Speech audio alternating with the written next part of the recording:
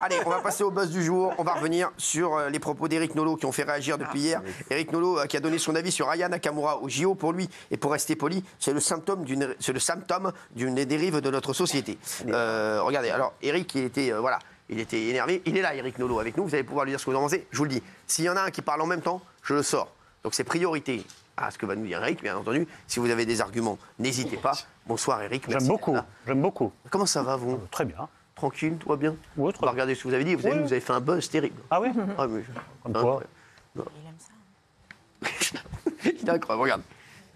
C'est une très mauvaise idée. Pourquoi? Une très mauvaise idée parce que Aya Nakamura, c'est le plus merdique de la musique, c'est-à-dire la musique mondialisée. Ah oui. C'est la maltraitance du français.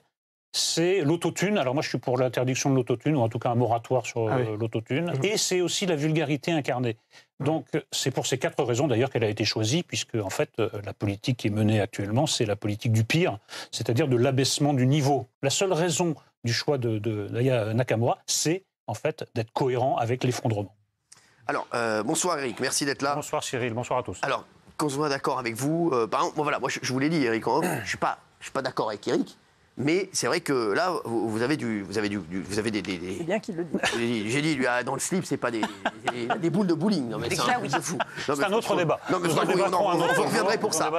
Non, mais voilà, moi, je suis pas d'accord avec vous, mais c'est vrai que j'avoue que quand même, franchement, voilà. Mais... Vous saviez que ça allait être repris partout, ça c'était... Non, vraiment pas. Pas du tout. Ouais. Non, mais moi, je voudrais que les choses soient claires. Aya Nakamura, elle peut chanter ce qu'elle veut. Oui. On peut l'écouter, on peut l'apprécier. Je dis simplement qu'elle n'est pas qualifiée pour représenter la France dans un événement aussi considérable que la cérémonie d'ouverture des Jeux Olympiques, au moins pour 2 raisons.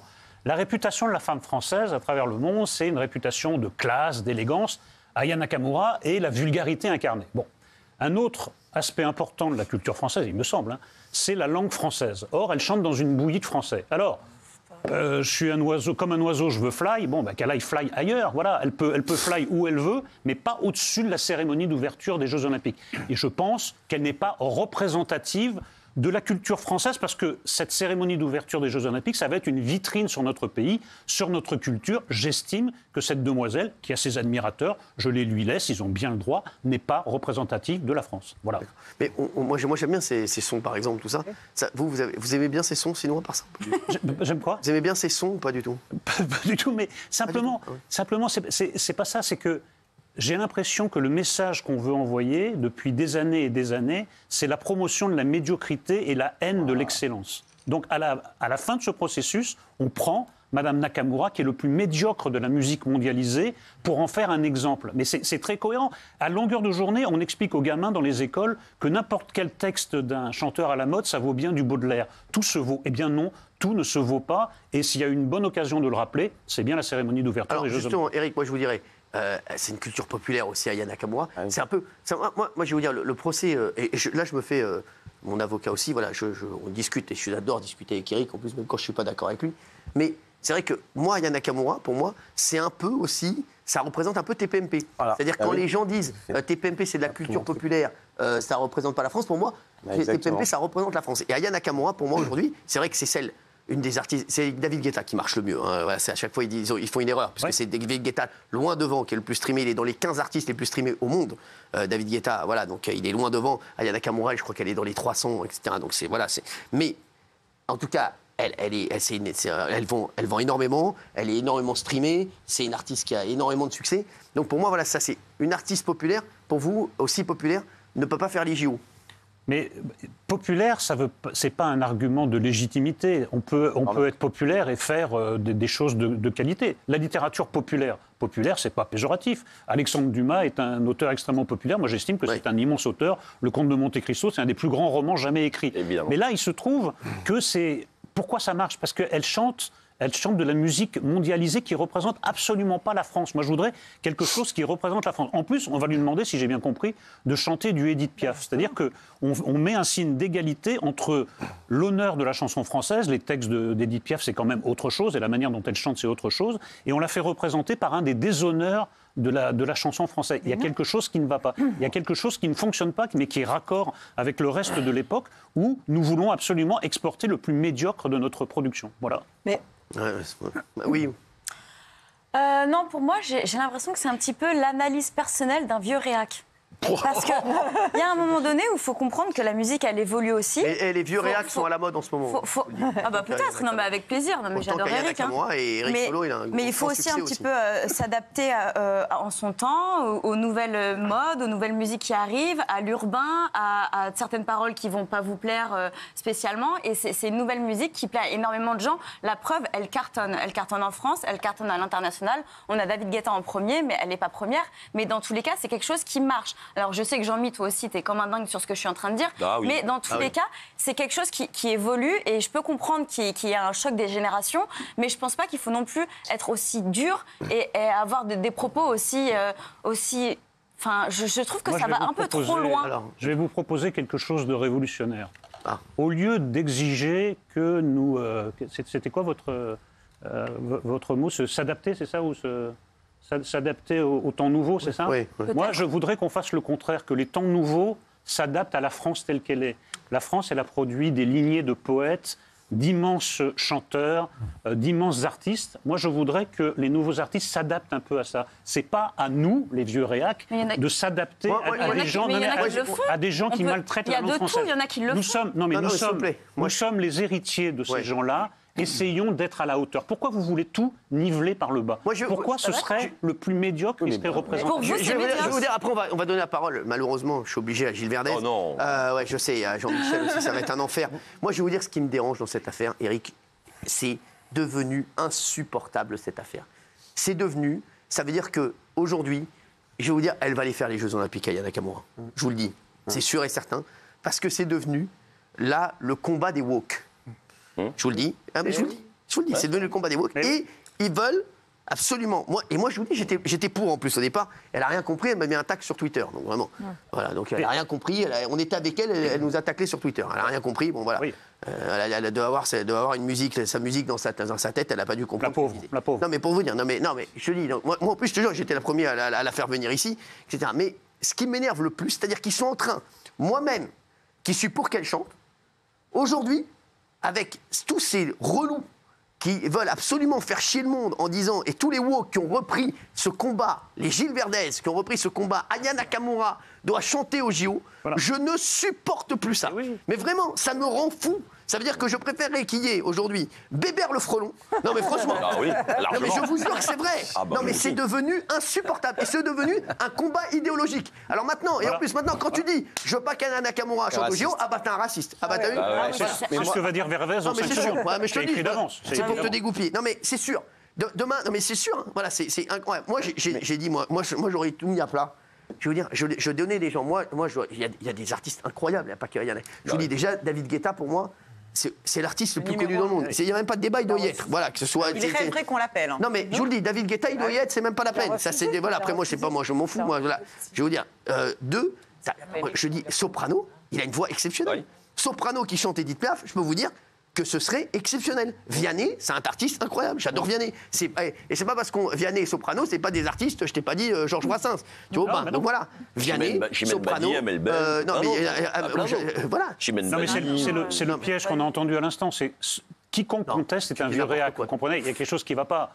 On peut quand même contester un choix sans être renvoyé à son âge ou à son sexe ou à sa sexualité. Parce qu'en plus, je suis hétérosexuel, donc ça aggrave mon cas. Eric, est-ce que vous vous rendez compte, et chez vous, je le dis aux téléspectateurs, ça me rend fou. Est-ce que vous vous rendez compte dans quelle société nous sommes?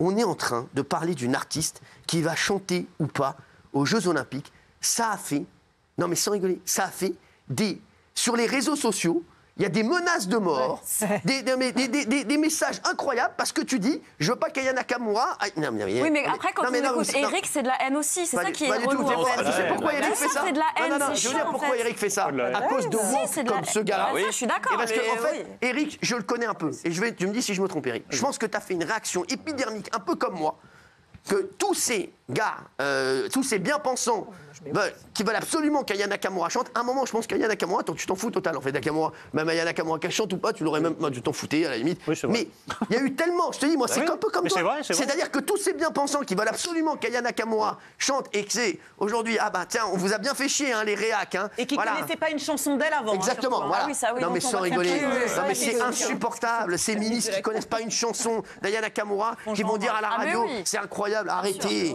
Non, mais moi, c'est cette hypocrisie. Moi, c'est cette hypocrisie qui me tue. Horrible. Et je vais vous dire, et je le redis, j'ai été le premier à aider Aya Nakamura et à aimer ses chansons. Cyril, c'est le monde que veulent les woke, c'est-à-dire un monde où le débat est interdit. Si vous osez ouvrir le débat, c'est que vous êtes ceci ou cela. C'est devenu insupportable. C'est insupportable. Je vous jure que c'est insupportable. Moi, je peux plus. Alors, on va. Non, vous avez laissé passer votre chance. Moi, je voudrais qu'on laisse pas. On est obligé. Voilà. Moi, je vais vous dire. Là, je vais vous dire, ça va être une souffrance pour moi. Je sais.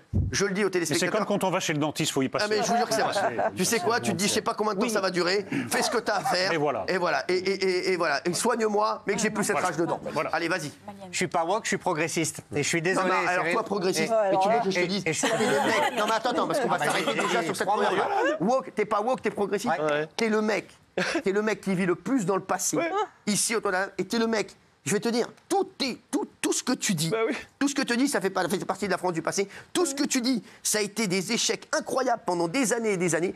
Toutes tes idées, qu'elles soient politiques, qu'elles soient sociales, toutes tes idées sont catastrophiques. Toutes tes idées ont déjà été faites 150 fois et elles nous ont envoyés dans le mur. Donc Gilles Verdel, je t'explique. Non mais sans, tu sais comment je t'appelle chez moi à la maison.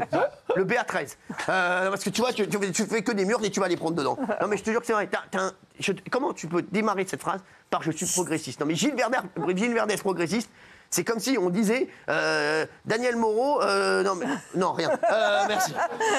Donc là où je vous rejoins, c'est que c'est une affaire d'État. Et maintenant, on ne peut plus reculer parce que c'est, oui, le combat contre l'antiracisme. Bah, tu veux que je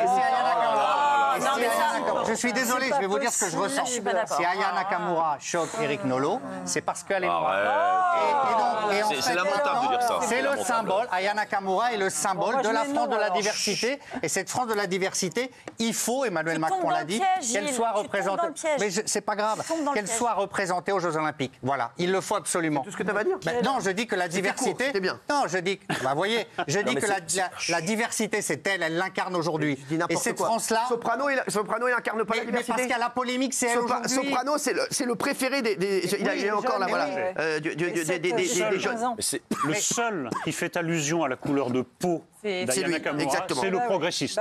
Le seul qui parle de ça, c'est le progressiste. Bien sûr, parce que vous la niez. Posez-vous des questions. Parce que vous la niez. Mon cher Verdel, essayez de penser. Alors je sais que vous n'en avez pas l'habitude. Au début, ça vous fera des courbatures au cerveau, mais petit à petit, avec l'entraînement, ça ira. Non mais écoutez, le problème, vous êtes comme le chien de Pavlov, quoi. Vous ne réagissez que par des mots-clés. Le racisme, j'aurais pu parier 1 million d'euros que ça allait être le racisme. Écoutez, le racisme n'a rien à voir. Personne n'a parlé de sa couleur de peau sauf vous. C'est dommage. C'est vous n'êtes pas un progressiste. Vous êtes en pleine régression. Vous êtes en pleine régression raciste. Pardonnez-moi, c'est triste quand même. Anti-raciste.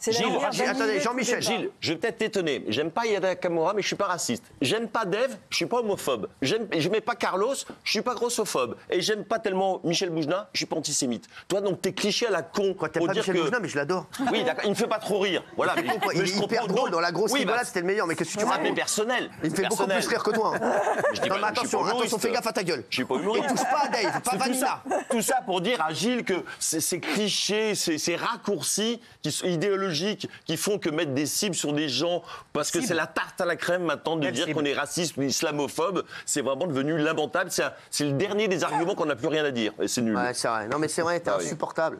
C'est vous qui faites d'Aya Nakamura le symbole intouchable des Jeux Olympiques. En disant ça, c'est vous. On sait qu'ils l'ont fait. C'est lui. Non, mais il a donné son avis sur la musique, mais à aucun moment il a parlé de sa personne. Bien sûr. Non, il dit qu'elle ne doit pas représenter la France. En parlant de sa musique, il a parlé de sa musique. Il a rien compris. La musique, il y a la Je vais te dire, tu sais comment il est?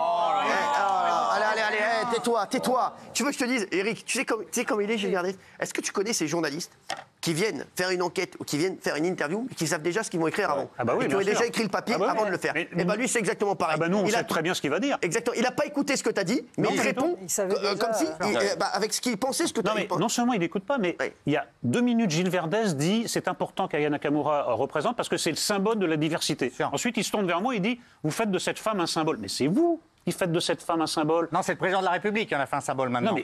C'est autre chose que vous quand même.